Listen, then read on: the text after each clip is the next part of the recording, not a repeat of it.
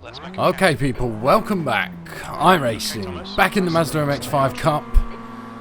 Here we go. We've qualified in P5 for this one. Can we get a good start? Looks like the 4 cars ahead of us got away pretty well. It's always going to be fairly even on the Mazdas. First corner, keep it safe, keep it tidy. We do just that. Everything looking sweet at this stage. Contact in front. Can he hold it? He doesn't. He does. He doesn't. And they're both gone. We're up to P3. And you'd love to see that. Now we've got a car behind, really threatening. 0.2 behind. Straight into the action here. Just holding that inside line. Don't let him round. Put your car where it needs to be. Block every corner. He looks like he's had a moment. And the green car behind him, which is Louis, going for the overtake. They make contact. All is good. We've got an idiot comment up top. Now, this is a fairly new track to me. This is Okayama. We did race here in a previous video. And it was alright. We'd only had half an hour practice at that point. But we have done a race here now. So we are a little bit better. Understanding some of these more technical corners a bit better. So, started off pretty well. P3, 14 laps left. Average lap time, you're looking about a minute. So, we're looking about 14 minutes left. Keep my head together. And a P3 result with a 0 incident count will really do our safety rating great. So as you can see bottom left, just to give you a bit more info on what that screen actually is. So where all the names are in the bottom left, you've got at the top left there is SOF, which is strength of field. It's 1.7k.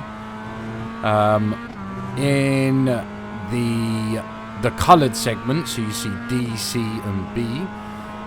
D is, that's my safety rating. C is what we need to race the Porsches, which we keep talking about doing.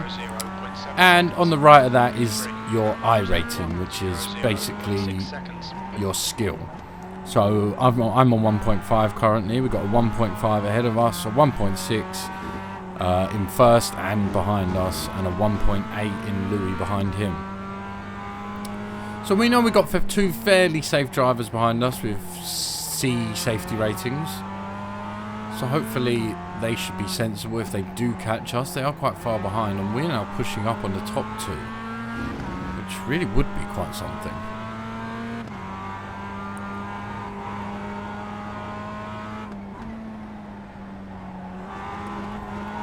See, often when the cars ahead make a mistake, the tendency is for me to make a mistake because you're very much following their line, which probably is incorrect. And looks like Dan's going to make a move on Hamed here. Around the outside. Not going to be able to hold that. He's gone a bit wide. So with these 2 battling, this brings us right back into the party. We're only 0.4 off them.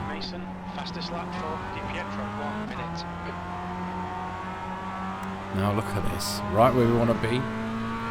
Safety rating, however, always a maximum concern. No silly moves. We take quite a different line to those 2 through there. Perhaps we're doing it wrong.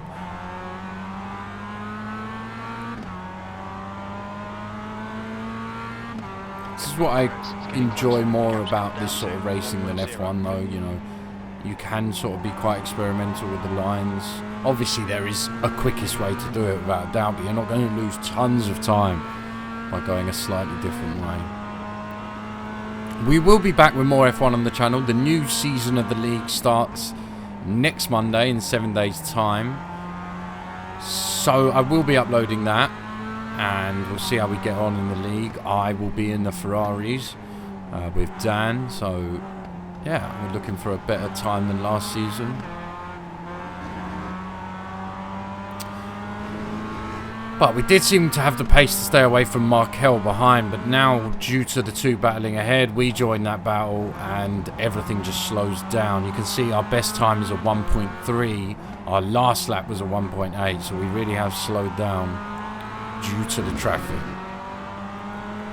But I don't think anyone's silly enough to make a move. So we'll see how we get on. Don't be intimidated by this little shit, says our engineer. What should we call our engineer? I think his name should be Derek. Derek.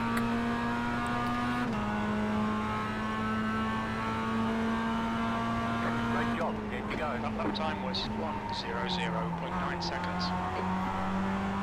Anyone that can guess the football kit that I'm wearing will win a chance to race with the legendary Thomas Jacobs.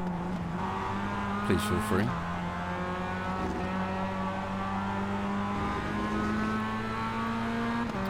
Settling into the race now. Lap 6, 10 to go. No real opportunities as of yet. The front two haven't exactly made a mistake. We are on their tail, but we're not going to get past unless something happens.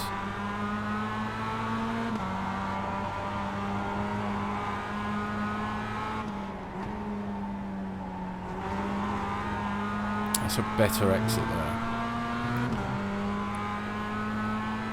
0.4 in front, 0.2 behind. It's very much a train now. Ooh, he's gone for a weird line there, and we might be able to take advantage of this. We would have had more speed if we just committed to it. We might be able to get him around the outside. We're not going to be. Does force him wide though, our pressure. It's not going to be enough though, as we dipped front right in the grass there and nearly lost it. Held it quite well.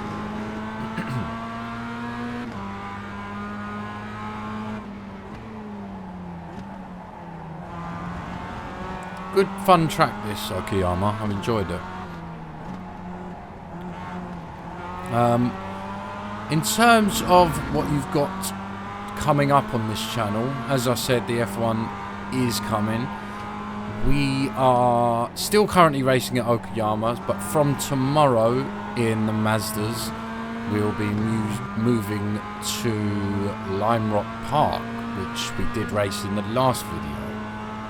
No, we won't be moving to Lime Rock Park. We'll be moving to Summit Point Raceway, which you haven't seen yet. After that is Alton Park, which is a super fun track. Looking forward to that one. And we're actually getting a move here. He's going down the inside. We need to give him space. We do make apparent contact. Still side by side, and he's passed. Not what we wanted. Can we take this back? No. It was a small mistake, and this is the problem when you're battling in a sequence of cars. You make that slightest error and let that person behind, who's just behind you, through. It's going to be a simple move. And obviously, you know, you've got to give them space. You want your safety rating. Most people in this, in these sort of Mazda Cups, because they're quite an amateur series, will be watching their safety rating, albeit that they are amateurs, so whether they're watching it or not, they're very capable of crashing. No panic yet though.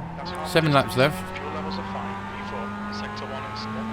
So what I'm seeing right now is that Hamad is somewhat holding up the field. He clearly hasn't got the pace, and number 11 Dan behind him just can't really make the move. So we are all bunched up. I mean, behind 2 places behind me is only 0.8 away, and then behind that is only 1.4 away. So between the leader and 7th place is about 3 seconds. So the leader is holding people up. There is no doubt about it.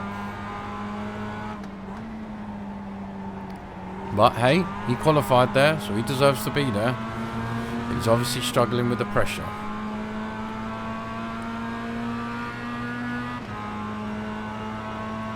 Across the line to make it 6 laps left, 10 laps gone.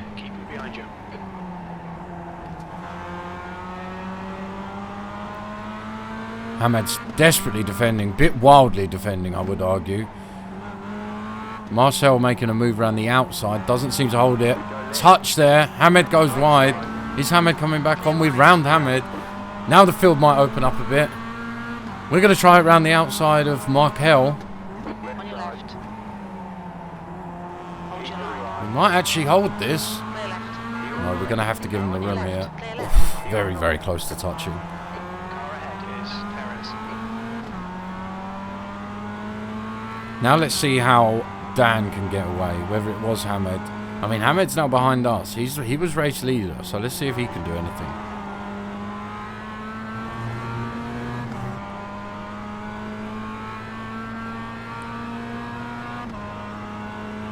Dan already 1.1 seconds in front now. 5 laps left. Hamed outbraked himself there. We're moving away from him. We outbrake ourselves ever so slightly. Nothing too serious though. Had to come off the accelerator through that corner, not leaving. It's now 0.8. You can see first and second just might be a bit too quick for me at this point.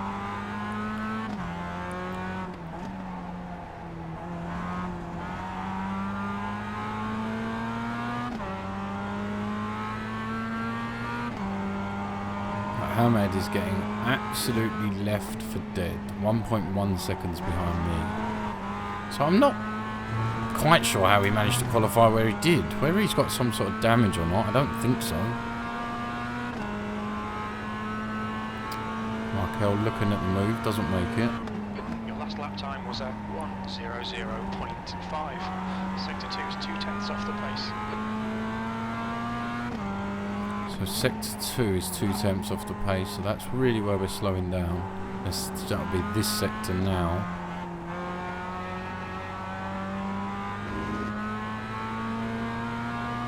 But we're in touching distance, you know, mistake, keep battling, we will catch them.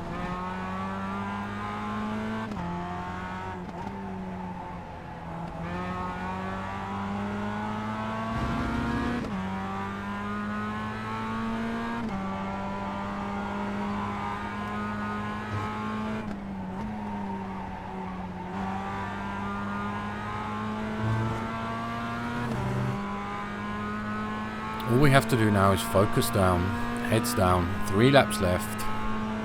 Just make sure we make no mistakes. Maybe hope for a bit of a coming together up front. You're 10th off in sector 1.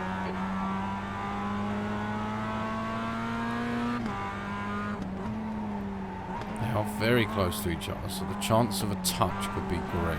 We are on 0% incident count, so that could count for a lot. Pushing the safety rating back up after 2 very disappointing races. If you watched the last episode, if you haven't watched the last episode, do give it a go. It was quite the race, but it did cost our safety rating. So we dropped back down to about 3.6 when we was at 3.72.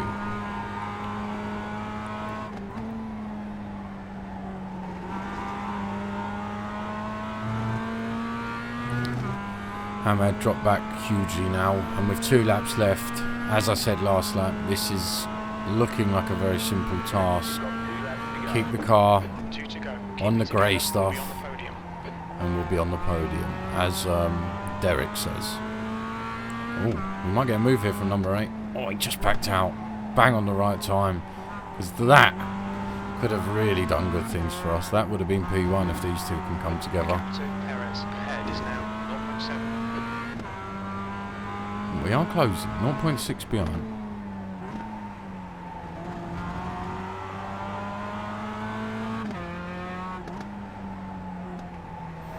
So I have been racing these Porsches quite a bit with the AI, and they're incredibly fun cars. Very easy to lock up, but they're quick. They're not like too quick, they're not like F1 quick, but they're very, very fast cars with very precise driving required. There's the white flag for the last lap. We are close. Closer than we have been in a good amount of time. I don't think there's going to be a move to be made though, unless they go for it. Oh, he's let him through. He had to, really. He stuck his nose in and he just had to. Great move from Markel. The next car is Mason. Really great move. Committed to it.